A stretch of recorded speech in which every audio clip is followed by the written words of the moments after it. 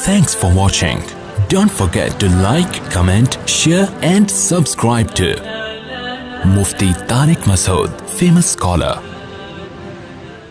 قرآن وہ واحد کتاب ہے جس کے ٹائٹل پہ رائٹر کا نام بولو نہیں ہے، اس لیے کہ اس کا رائٹر کون ہے، اور رائٹر بھی نہیں ہے اللہ متکلم ہے، اللہ نے یہ لکھی نہیں ہے، اللہ نے کلام کیا، یہ اور عزت دے دی اللہ نے، اس کو کلام کیا، جبریل سے کلام کیا اور جبریل کے ذریعے اپنا کلام نبی کے قلب پہ نازل کیا۔ ایسا اللہ جب کلام کرتا تھا نا ہمارے نبی صلی اللہ علیہ وسلم کے قلب پہ، اس کلام کو جو اللہ کی ذات سے نکلا ہوا کلام، اس کو جب ہمارے نبی کے دل پہ نازل کرتا تھا، آپ صلی اللہ علیہ وسلم کو شدید سردی میں سخت ترین پسینہ آتا تھا۔ آج جو ہم نے آیت پڑھی ہے نا کہ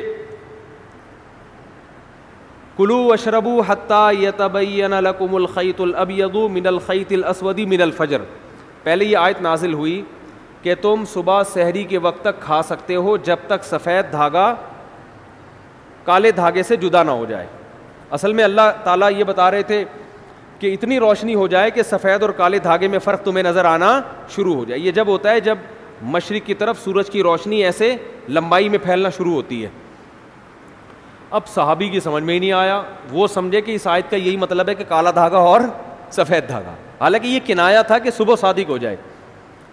تو وہ صحابی جو تھے نا وہ یہ لے کے بیٹھ گئے اور دھاگوں میں فرق کرنے لگے۔ تو جب فرق کرنے لگے تو پریشان ہوئے، نبی صلی اللہ علیہ وسلم کے پاس آئے کہ اللہ کے کلام کا مطلب کیا ہے۔ تو آپ صلی اللہ علیہ وسلم پر اللہ نے ایک لفظ نازل کیا چھوٹا سا، کلوا واشربوا حتی یتبین لکم الخیط الابیض من الخیط الاسود، کہ رات یعنی کالا دھاگا سفید دھاگے سے جدا ہو جائے، یعنی فجر کا وقت ہو جائے۔ تو یعنی فجر اتنا لفظ نازل کیا اللہ نے، من الفجری کا لفظ۔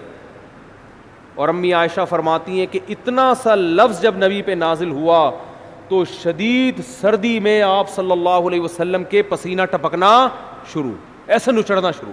ہم سمجھ گئے کہ آپ پر کیا نازل ہو رہی ہے، وہی۔ جب آپ صلی اللہ علیہ وسلم نارمل حالت میں آئے تو آپ نے کیا لفظ پڑھا، من الفجر، بس اتنا سا لفظ۔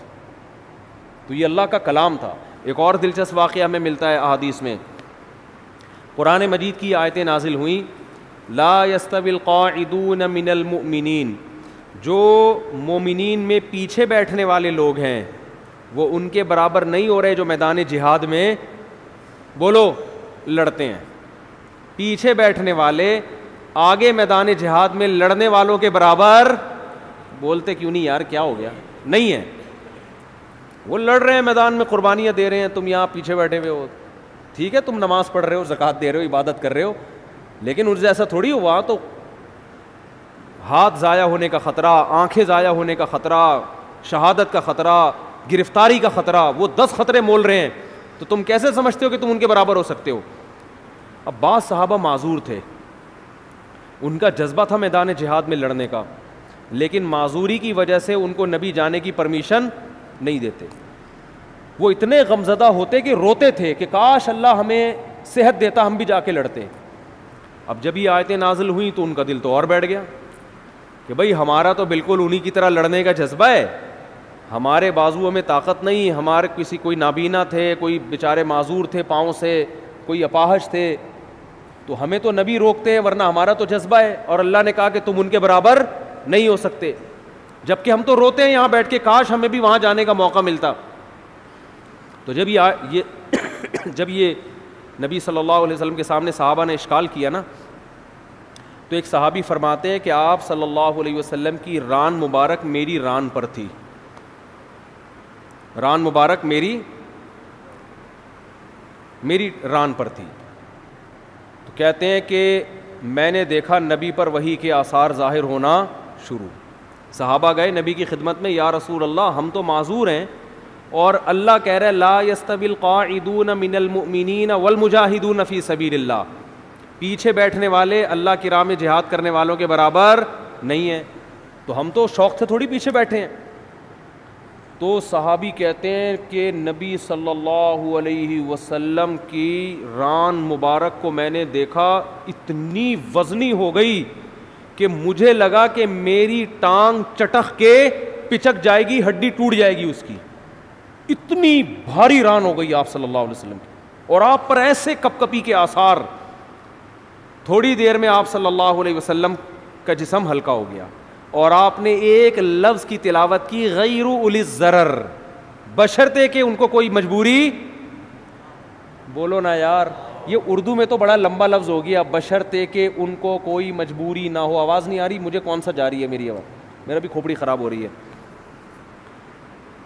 آواز نہیں آ رہی ان کو، تصویر پہ گزارا کریں۔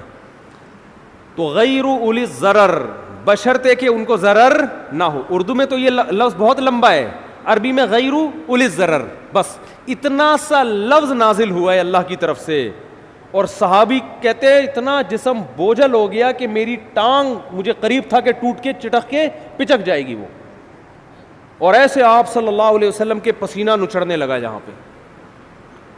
میں یہ سوچتا تھا کہ جب اللہ نے یہ نازل کرنا ہی تھا ہے بھائی کہ جو پیچھے بیٹھنے والے لوگ ہیں وہ آگے جانے والوں کے برابر نہیں ہے، بشرطے کہ ان کو کوئی معذوری نہ ہو، تو پہلے ہی نازل کر دیتا۔ کیا ہو گیا بھائی، کیا ہو گیا یار؟ تاکہ صحابہ کو اشکال ہی نہ ہوتا۔ صحابی نے آ کے اشکال کیا کہ ہم تو عذر سے بیٹھے ہوئے ہیں، تو ہم بھی ان کے برابر نہیں ہیں جو آگے لڑ رہے ہیں۔ پھر اشکال کیا، پھر اللہ نے کیا دیا؟ جواب دیا۔ تو اس کی ضرورت کیا تھی؟ اللہ کو تو پتا تھا کہ ان کے دل میں اشکال پیدا ہوگا، تو اللہ اشکال کرنے سے پہلے ہی پوری آیت نازل کر دیتے نا، پہلے آدھی نازل کی، پھر اس میں ایک جوڑ دیا، ایک اس میں جو ہے نا گویا کہ ایک پیوند لگایا گیا ہے۔ تو اصل میں یہ حکمت تھی قرآن کی حقانیت، قرآن کی حقانیت کہ نبی اپنی طرف سے ایک لفظ کا بھی اس میں اضافہ نہیں کر سکتے، ورنہ نبی اس کی تشریح کر دیتے نا کہ بھائی تم جو میرے پاس آئے ہو اور یہ پوچھ رہے ہو کہ پیچھے بیٹھنے والے آگے بیٹھنے والوں کے برابر نہیں ہیں، تو میں نے اللہ سے پوچھا، اللہ نے مجھے بتا دیا ہے، میرا وہی تو ویسے بھی آتی تھی نا جس کو حدیث کہا جاتا ہے، یہ بھی تو اللہ سے پوچھ کے ہی باتیں کرتے تھے آپ صلی اللہ علیہ وسلم۔ تو میں نے اللہ سے پوچھا، اللہ نے بتایا کہ اس میں خود بخود یہ شرط لگی ہوئی ہے کہ بشرطے کہ کوئی عذر نہ ہو، یہ بتا دیتے، لیکن نہیں، اللہ نے یہ ثابت کرنا تھا کہ اس میں نبی اپنی طرف سے کوئی ایڈیشن بولو نہیں کر سکتے، اور صحابہ کو یہ بھی دکھانا تھا کہ یہ نبی کے اپنے الفاظ نہیں ہیں، یہ آسمان سے نازل ہوئے ہیں، اپنے الفاظ میں انسان کی یہ کیفیت نہیں ہوتی، یہ واقعی من جانب اللہ الفاظ نازل ہو رہے ہیں کہ ایک لفظ نے اتنا بوجھل بنا دیا کہ آج تم نے اپنی آنکھوں سے دیکھ لیا کہ تمہاری ٹانگ ٹوٹ کے ہلاک ہونے والی تھی۔ اس کا مطلب یہ ایک لفظ کا بوجھ ہے جو اللہ کی ذات سے نکلا اور پیغمبر کے قلب پہ نازل ہوا، تاکہ صحابہ کو اور اطمینان ہو جائے کہ یہ ان کا کلام نہیں ہے، اپنے کلام کے وقت یہ کیفیت تھوڑی ہوتی ہے انسان کی۔ تو ایسا اللہ نے حفاظت کا وعدہ کیا، اور